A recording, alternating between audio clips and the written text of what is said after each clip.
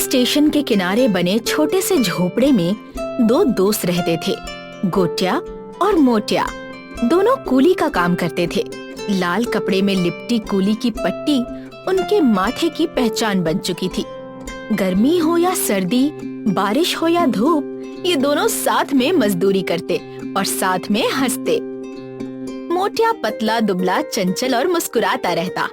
गोटिया थोड़ा मोटा था, थोड़ा शांत, लेकिन दिल से बेहद गहरा।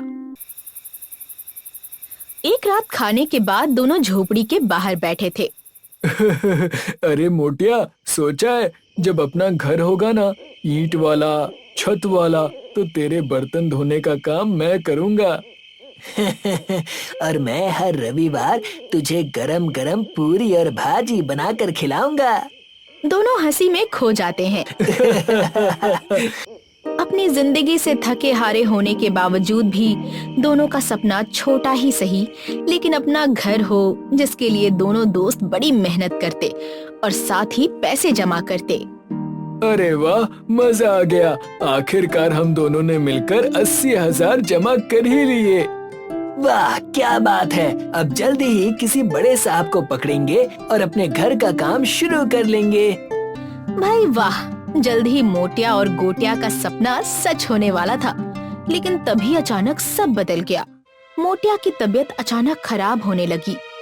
सांस फूलती, शरीर टूटता, इलाज करने के बावजूद भी कोई असर ना होता, जिसके कारण धीरे धीरे मोटिया का व्यवहार भी बदलने लगा। चिड़चिड़ा, चुप और उदास रहता। लेकिन एक दिन मोटिया बड़ी खुशी से घर लौटा। गोटिया, गोटिया, सुनना, एक जबरदस्त बात बताऊं। ओ तेरी, आज तो तू बड़ा खिलखिला रहा है। भाई, भगवान ने सुन ली हमारी। आज स्टेशन के पास एक आदमी से मुलाकात हुई।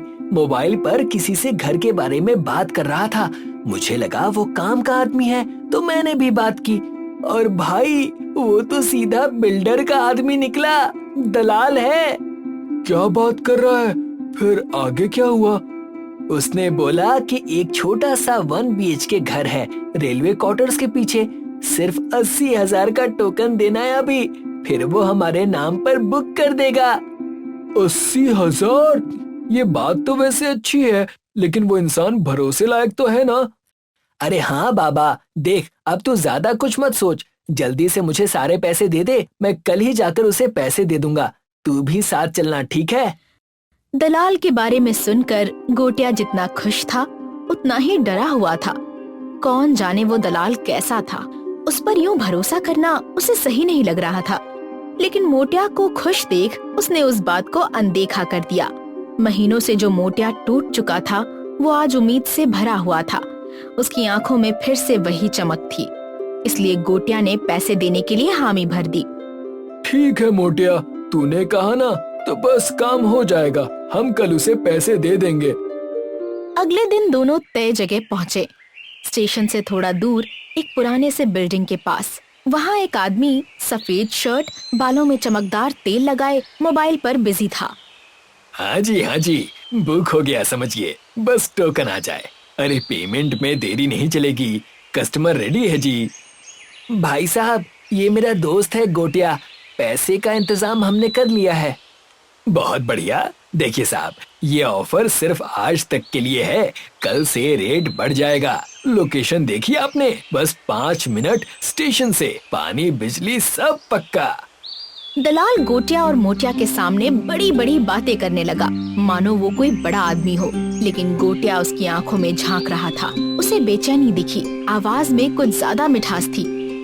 भाई, कागज कहाँ है और रजिस्ट्रेशन कब होगा? अरे वो सब बाद में, पहले टोकन दीजिए, फिर मैं सब सेट करवा दूंगा। आप मेरे ऊपर छोड़िए ना, आज तक किसी को धोखा नहीं दिया है। दलाल का जवाब सुनकर गोटिया को कुछ ठीक नहीं लगा। उसने मोटिया को अपनी ओर खींचा और धीमी आवाज में कहने लगा, मोटिया रुक, कुछ तो गड़बड़ है। ये आदमी आंखें नहीं मिला रहा, बातों में ज्यादा मिठास है और कागज तक नहीं दिखा रहा। तू हमेशा शक करता रहता है, कुछ अच्छा होने वाला है तो तुझे डर क्यों लगता है? क्योंकि मुझे अपना सपना किसी धोखेबाज के हवाले नहीं करना। गोटिया और मोटिया के बीच खुसर फुसर चल रही थी। उन दोनों की शक्ल से समझ आ रहा था कि कुछ तो बड़ी बात है। तभी दलाल बात सुन लेता है। और गुस्से में बोलता है।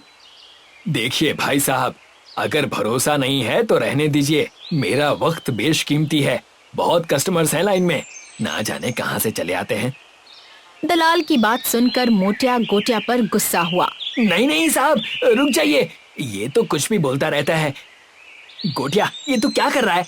देख, तूने कहा था कि तू पैसे देगा, तो अब पीछे क्यों हट रहा है? नहीं, मैं कुछ नहीं सुनना चाहता। तू सारे पैसे साहब को दे दे। अरे देख, क्या सोच रहा है? दे दे ना। लगता है तू ऐसे नहीं मानेगा। रुक। मोटिया गोटिया के बर्ताव से नाराज और गुस्सा हो चुका था। दलाल को वहां से जाता देख उसने गोटिया के हाथ से सारे पैसे छीन लिए और उसे दलाल को सौंप दिया। इसे कहते हैं असली होशियार। मोटिया भाई, आप चिंता मत कीजिए। आपके पैसे और आपका घर सुरक्षित हाथों में है। चलिए, अब मैं चलता हूँ। और इस तरह वो दलाल वहां से निकल गया। लेकिन जब अगले दिन सुबह गोटिया और मोटिया दलाल को कॉल करने की कोशिश करते हैं तो मोबाइल पर आवाज आती है, इस नंबर पर अभी कोई सेवा उपलब्ध नहीं है। गोटिया बार बार नंबर डायल करता है। मोटिया बेचैनी से इधर उधर टहलता है। शायद नेटवर्क नहीं होगा, तो दोबारा मिला ना। 5 बार कर चुका हूँ मोटिया, ये नंबर बंद हो गया है। धीरे धीरे शक यकीन में बदलता है। मोहल्ले के कुछ लोगों से पूछताछ करने पर सच सामने आता है। वो आदमी कोई दलाल नहीं था, वो एक ठग था जो ऐसी ही मीठी मीठी बातें करके गरीबों को सपनों का लालच देकर लूटता था। मोटिया के पांव के नीचे से जमीन खिसक जाती है। वो बुरी तरह टूट चुका था। शाम को जब वो घर लौटा तो उसका चेहरा बुझा बुझा था। गोटिया ने जैसे ही उसे देखा, कुछ कहने ही वाला था कि मोटिया ने खुद बोलना शुरू कर दिया। गोटिया, माफ कर दे यार। मैंने तुझसे जबरदस्ती की। तेरा पैसा, तेरा विश्वास, सब कुछ डुबो दिया मैंने। पैसे की बात छोड़ दे मोटिया, लेकिन तुझे क्या हुआ? तू ठीक तो है ना? तेरी हालत अचानक इतनी खराब क्यों लग रही है? शायद नहीं। दरअसल मुझे कुछ महीनों पहले डॉक्टर ने बताया था कि मेरे शरीर में एक गंभीर बीमारी है। फेफड़ों में इन्फेक्शन है जो अब बढ़ चुका है। शायद मेरे पास ज्यादा समय नहीं है। ये बात सुनकर गोटिया हक्का बक्का रह गया। उसे कुछ समझ नहीं आ रहा था। उसने जैसे तैसे खुद को और मोटिया को संभाला। तभी, मुझे माफ कर दे भाई। मैंने जो भी किया दोनों के लिए किया। जब मुझे पता चला कि मेरे पास समय कम है तो लगा कि कम से कम मरने से पहले तुझसे किया वादा तो पूरा कर लूं और एक घर ले लूं। इसी जल्दी में मैंने गलती कर दी। मैं लालच में आ गया और सब बर्बाद हो गया। अबे मोटिया, पागल है क्या तू? देख, जो हुआ सो हुआ, अब जाने दे उस बात को। तूने जो भी किया हम दोनों के लिए किया, बस बात खत्म। तो अब ज्यादा सोचने की जरूरत नहीं है। गलती तेरी नहीं है, उस दलाल की है। उससे तो मैं छोड़ूंगा नहीं, लेकिन अब तू खुद को दोष देना बंद कर दे, ठीक है? मैं हूं तेरे साथ। मोटिया की आंखों से आंसू बहने लगे। उस दिन के बाद से मोटिया ने कूली का काम बंद कर दिया। गोटिया अब दिन रात काम करता। कभी स्टेशन पर बोरा ढोता तो कभी बाजार में बक्से उठाता। कई बार देर रात लौटता तो थक कर वहीं जमीन पर लुढ़क जाता। गोटिया, अब रहने दे। तू अपनी सेहत खराब मत कर। अबे तू चुपचाप आराम कर। हमारा सपना अब मैं पूरा करूंगा। 2 महीने बीत गए। एक सुबह गोटिया ने उसे बाहर चलने को कहा। चल, एक जगह दिखानी है तुझे। मोटिया गोटिया के सहारे से चला। कुछ दूर चलने के बाद रेलवे स्टेशन के बाजू में जो खाली मैदान था, वहां मोटिया को एक 3 मंजिला घर दिखा। ये देख, ये है तेरा और मेरा नया घर। पक्के दीवारों का नहीं है, लेकिन मजबूत है, तेरी मेरी दोस्ती की तरह। आखिरकार गोटिया की रोज देर रात घर आने की वजह मोटिया के सामने आ ही गई। वो दिन भर मेहनत करता और रात को अपने दोस्त के लिए आलीशान झोपड़ा बनाने में जुट जाता। अपने गोटिया का ये प्यार देखकर मोटिया भावुक हुआ और वो दोनों शान से उस झोपड़े में रहने लगे। सुंदर नगर राज्य अपने नाम की ही तरह सुंदर था। वहाँ के राजा विक्रम सिंह अपने राज्य को बड़ी ही जिम्मेदारी से संभालते थे। राज्य अपने सांस्कृतिक, सामाजिक, राजनैतिक और आर्थिक स्तरों पर सुबल और परिपूर्ण था। राज्य के मंत्रिमंडल में एक से एक हुनरबाज, चतुर और साहसी मंत्री थे। उन मंत्रियों में से 3 भाई जयनाथ, विजयनाथ और सुजयनाथ थे। जयनाथ सबसे बड़ा, मझला विजयनाथ और सबसे छोटा सुजयनाथ था। तीनों भाइयों के पिता दिग्विजयनाथ ने गांव में आए ऋषि की जमकर सेवा की थी, तो उसके बदले उन्होंने दिग्विजय को एक आशीर्वाद दिया। बालक, हम तुम्हारी सेवाओं से अति प्रसन्न हैं। बताओ, तुम्हें क्या चाहिए?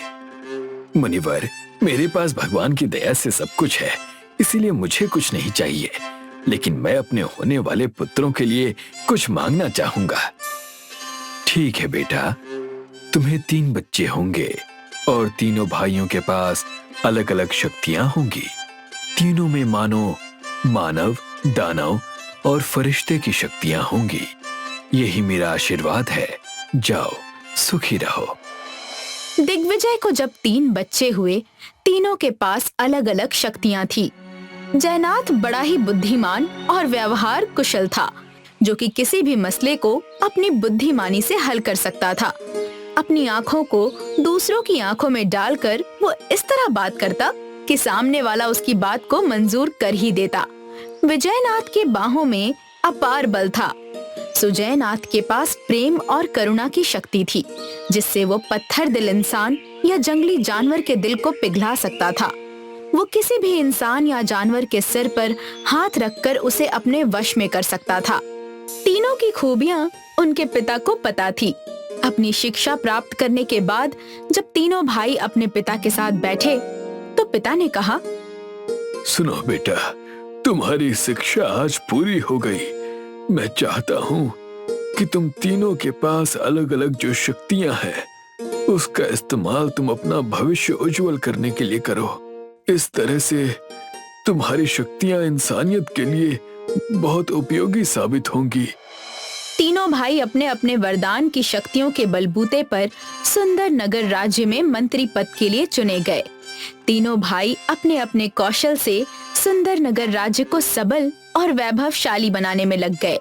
जयनाथ एक पड़ोसी राज्य की सीमावाद पर पड़ोसी राज्य के मंत्री के साथ बात करते हुए बोला, देखिए जयसिंह जी, आपके और हमारे राज्य की सीमा तय हो चुकी है।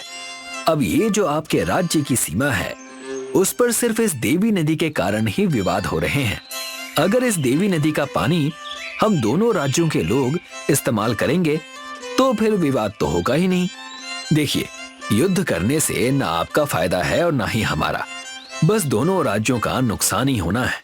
इसीलिए मेरा सुझाव है कि हम सुख और शांति से रहें, तो हमारे राज्य का भी भला होगा और हमारा भी।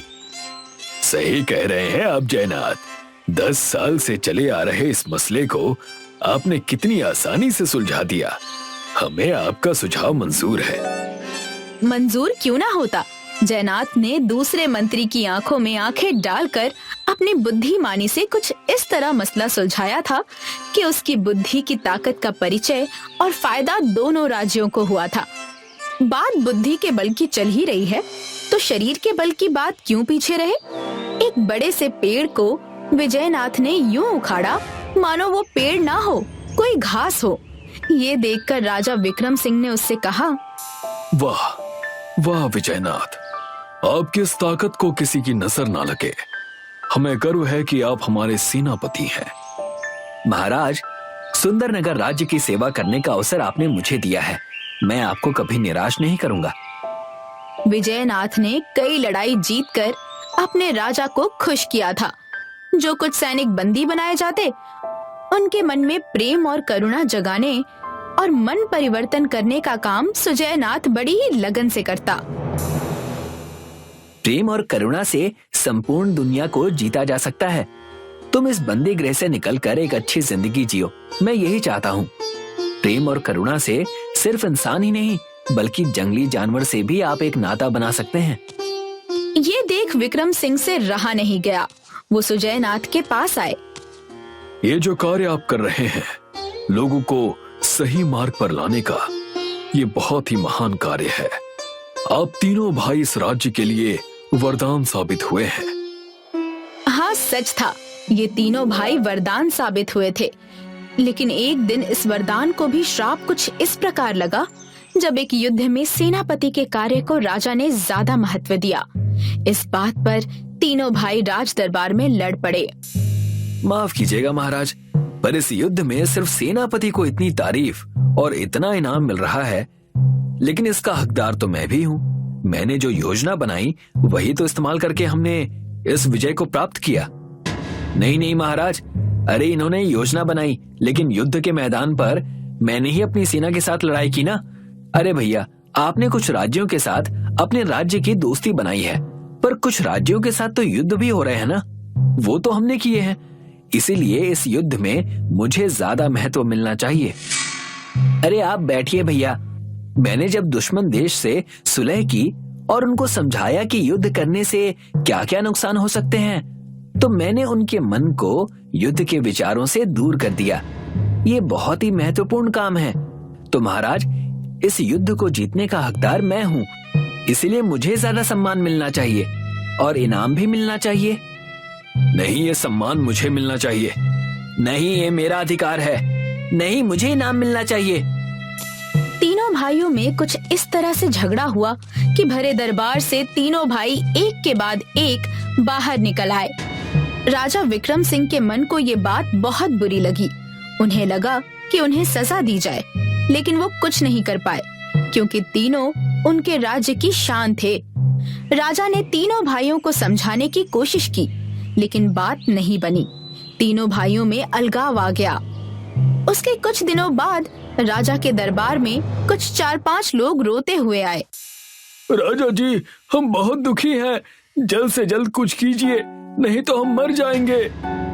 हुजूर, हमारा तो नसीब ही फूट गया, उस आदमखोर शेर से हमें बचाइए। लेकिन ये तो बताओ कि हुआ क्या है। राजा जी, हमारे गांव में एक बड़ा ही आदमखोर और अजीब शेर आया है। उसके मुंह से आग निकलती है और वो अपने शिकार को जलाकर खाता है। उसे कोई सामान्य हथियार नहीं मार सकता। उसने हमारी गाय, बैल, बकरी और तो और गांव के कुछ लोगों को भी अपना निवाला बना लिया है। वो तो जंगल के जंगली जानवरों को भी खा रहा है। जल्दी हमें बचाइए, हुजूर कुछ कीजिए।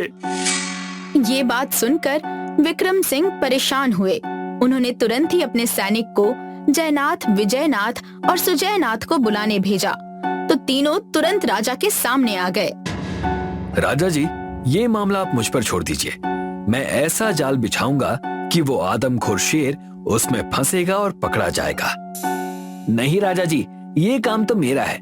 मैं उसे ऐसी पटकनी दूंगा कि खत्म कर दूंगा। महाराज, इस बार आप मुझे भेजिए, मैं उसे अपनी शक्ति से शांत कर दूंगा। तीनों जब उस शेर का सामना करने गए तो उस जादुई शेर के सामने किसी की एक न चली। विजयनाथ ने उससे 2 हाथ करने चाहे तो शेर ने घायल कर दिया, और ये सब देखकर सुजयनाथ की उसके सामने जाने की हिम्मत न हुई। तीनों थक हार कर राजा के पास आए। मुझे नहीं पता था कि वो इतना ताकतवर और खतरनाक शेर है। मुझे लगता है कि शेर को तुम तीनों को साथ मिलकर हराना होगा। उसके लिए तुम तीनों को एक साथ आना पड़ेगा। मेरी बात मानो और खुद के अभिमान को छोड़कर राज्य की भलाई के लिए एक साथ आओ। तीनों को राजा की बात माननी ही थी, क्योंकि राज्य की सुरक्षा का सवाल था। जयनाथ ने एक योजना बनाई, जिसमें एक गांव के बाहर वाली गुफा, जो कि जंगल में थी, उसमें कुछ भेड़ बकरी इस तरह बांधी गई कि शेर को सबसे पहले वही नजर आए। उसके लिए विजयनाथ ने शेर को अपने पीछे दौड़ाने का और उसे उस गुफा तक लाने का जिम्मा लिया। सुजयनाथ ने इस योजना में जंगली जानवर परेशान ना करें, इसके लिए उनसे बात करके जंगल के एक कोने में इकट्ठा कर दिया। आजा बेटा आजा, अब तो तुझे कैद होना ही पड़ेगा।